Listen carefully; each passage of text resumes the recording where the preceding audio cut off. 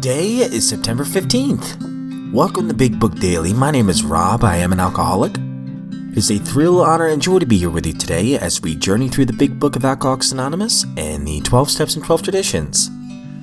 Today at the Big Book, we're going to continue our journey through Chapter 5, How It Works, by reading page 64. Out of the 12 and 12, we're going to continue Step 10 by reading page 90, and we will read today's daily reflection in 24 hours a day. So with that, hope y'all are doing well today, my friends. Once again, we've been given a brand new set of 24 hours. And I know I say that every single day, but it really is a fresh start. There's an old Nickelback song, so yes, I'm quoting Nickelback. It's the song, If Today Was Your Last Day. And if you read the lyrics to it, it's pretty powerful, but, if today was our last day, how amazing would it be to spend it sober and free? That's something to think about today, huh? So let's go ahead and get to the good stuff. So yesterday out of the Big Book, we were talking about Step 3, and we talked about the third step prayer, which is a prayer that has been huge in my life. So now we're going to move forward to the fourth step breakdown here on the bottom of page 63 and 64. Next, we launched out on a course of vigorous action, the first step of which is a personal house cleaning, which many of us had never attempted. Though our decision was vital and a crucial step, it could have little permanent effect unless at once followed by a strenuous effort to face and to be rid of the things in ourselves which have been blocking us. Our liquor was but a symptom, so we had to get down to the causes and conditions. Therefore, we started upon a personal inventory. This was step 4. A business which takes no regular inventory usually goes broke. Taking a commercial inventory is a fact-finding and fact-facing process. It is an effort to discover the truth about the stock in trade. One object is to disclose damaged or unsaleable goods, to get rid of them promptly and without regret. If the owner of the business is to be successful, he cannot fool himself about values. We did exactly the same thing with our lives. We took stock honestly. First, we searched out the flaws in our makeup which caused our failure. Being convinced that self, manifested in various ways, was what had defeated us. We considered its common manifestations. Resentment is the number one offender. It destroys more alcoholics than anything else. From it stem all forms of spiritual disease. For we have been not only mentally and physically ill, we have been spiritually sick. When the spiritual malady is overcome, we straighten out mentally and physically. In dealing with resentments, we set them on paper. We listed people, institutions, or principles with whom we were angry. We asked ourselves why we were angry. In most cases, it was found that our self-esteem, our pocketbooks, our ambitions, and our personal relationships, including sex, were hurt or threatened. So we were sore. We were burned up.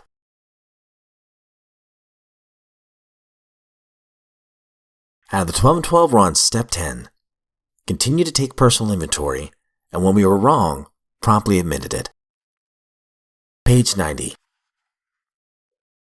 Before we ask what a spot check inventory is, let's look at the kind of setting in which such an inventory can do its work. It is a spiritual axiom that every time we are disturbed, no matter what the cause, there's something wrong with us. If somebody hurts us and we're sore, we're in the wrong also. But are there no exceptions to this rule? What about justifiable anger? If somebody cheats us, are we entitled to be mad? Can we be properly angry with self-righteous folk? For us of AA, these are dangerous exceptions. We have found that justified anger ought to be left to those better qualified to handle it. Few people have been more victimized by resentments than we alcoholics. It mattered little whether our resentments were justified or not. A burst of temper could spoil a day. A well-nursed grudge can make us miserably ineffective. Nor will we ever skillful in separating justified from unjustified anger. As we saw it, our wrath was always justified. Anger, that occasional luxury of more balanced people, could keep us on an emotional jag indefinitely. These emotional dry benders often lead straight to the bottle. Other kinds of disturbances, jealousy, envy, self-pity, or hurt pride, did the same thing. A spot check inventory taken in the midst of such disturbances can be a very great help in quieting stormy emotions. Today's spot check finds its chief application to situations which arise in each day's march. The consideration of long-standing difficulties had better be postponed when possible to times deliberately set aside for that purpose. The quick inventory is aimed at our daily ups and downs, especially those where people or new events throw us off balance and tempt us to make mistakes.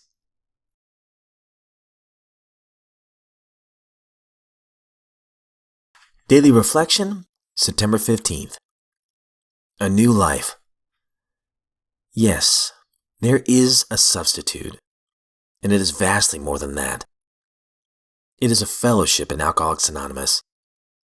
Life will mean something at last. Alcoholics Anonymous, page 152. Life is better without alcohol. AA in the presence of a higher power keeps me sober, but the grace of God does even better. It brings service into my life. Contact with the AA program teaches me a new and greater understanding of what Alcoholics Anonymous is and what it does. But most importantly, it helps to show me who I am. An alcoholic who needs the constant experience of Alcoholics Anonymous program so that I may live a life given to me by my higher power. 24 hours a day, September 15th. AA Thought for the Day. We all realize that we know only a little. God will constantly disclose more to all of us. Ask Him in your morning meditations what you can do today for the person who's still sick. The answers will come if your own house is in order. See to it that your relationships with God is right. And great events will come to pass for you and countless others. Give freely of what you find in AA. But obviously you cannot transmit something that you haven't got. So make a life study of AA. Am I always looking for ways of presenting the AA program? Meditation for the day. In quietness and confidence shall be your strength. Confidence means to have faith in something. We cannot live without confidence in others. When you have confidence in God's grace, you can face whatever comes. When you have confidence in God's love, you can be serene and at peace. You can rest in the faith that God will take care of you. Try to rest in God's presence until His life power flows through you. Be still, and in that stillness, the still small voice will come. It speaks in quietness to the human mind that is attuned to its influence. Prayer for the day. I pray that I might find strength today in quietness. I pray that I may be content today that God will take care of me. Okay, my friends, that concludes today's reading. I'll make this very, very quick. That spot check inventory has been so beneficial for me, and when I'm wrong, promptly admit it. Before I found the steps and I started applying them to my life, if something went wrong throughout the day, I'd get my good old replay machine out, and I'd replay it over and over again. And usually it was something that I did wrong, that I'd replay over and over again and go, I shouldn't have done that. Or I didn't handle that right. Why did I do that? You're such an idiot. No wonder people don't like you. You know what I'm talking about. And now, if I make a mistake, I promptly admit it. That's what step 10 tells me to do, so I try to do it. And the nice thing is, I don't beat myself up over it anymore. As I move on, it kind of goes back to we can start our day over at any time throughout the day. And also, we set the temperature. We're the thermostat, right? We can kind of control ourselves in the situation of like, hey, can't control what maybe somebody is going to say something nasty to me. I can either choose to take that personal, or I can let it go and actually pray for that person. Bless them, change me, and not let it bother me. Of course, don't get me wrong, we can defend ourselves in a very peaceful way, but not take any offense to what's being said. And slowly but surely, over time, and it's taken a lot of time, don't get me wrong, it's taken a few 24 hours, but I'm not as easily offended anymore. And it kind of leads to this one right here, the 24 hours a day, which I thought was beautiful. The reason I'm not really offended by what people say so much anymore is because I realize for me, and this is just Robology, that I'm loved by my higher power unconditionally. And as I've said a few times on the show, like during my lunch break, as a matter of fact, I did it yesterday, I was just sitting outside, just taking in the stillness, seeing God everywhere, in the sky, in the trees, and in that stillness, just thanking Him for another day without a drink, and another day to be really alive. And I love this line right here. Try to rest in God's presence till His life power flows through you. Be still, and in that stillness, the still small voice will come.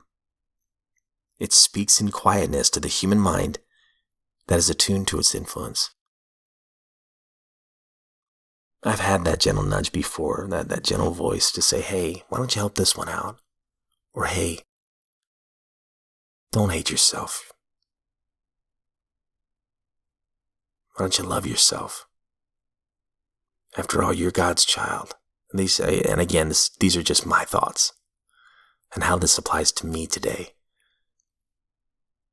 I've told the story many times. Last thing I'll say about self-hatred. Somebody in the fellowships brought this to my attention one time, and it is so true. And I hadn't told this in a little while, but at the time, when I first came in the rooms, I was sober, but I still wrestled so hard with self-hatred, especially early on, because I would keep replaying my rock bottom and the people I'd hurt. And finally, this old timer, he said, Rob, you have kids, right? I said, yes, sir. And he asked me about my son. He said, how old is your son? And at the time, he was very young, probably, 2 or 3. He said, you love your son, right? I said, absolutely.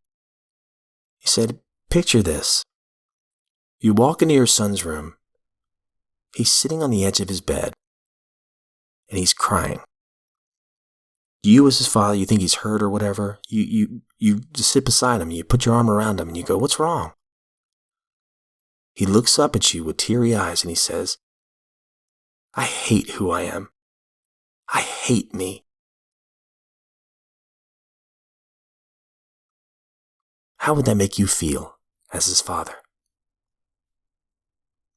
And, he had me.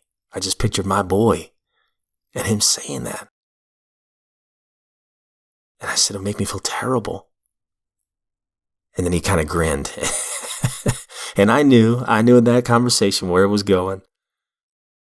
He said, how much more does your higher power love you? So, man, that stood out to me. And from that moment on, I really pictured that. anytime I start playing the victim or hating myself, and that really has helped. And that's not something that was necessarily in the big book or anything like that.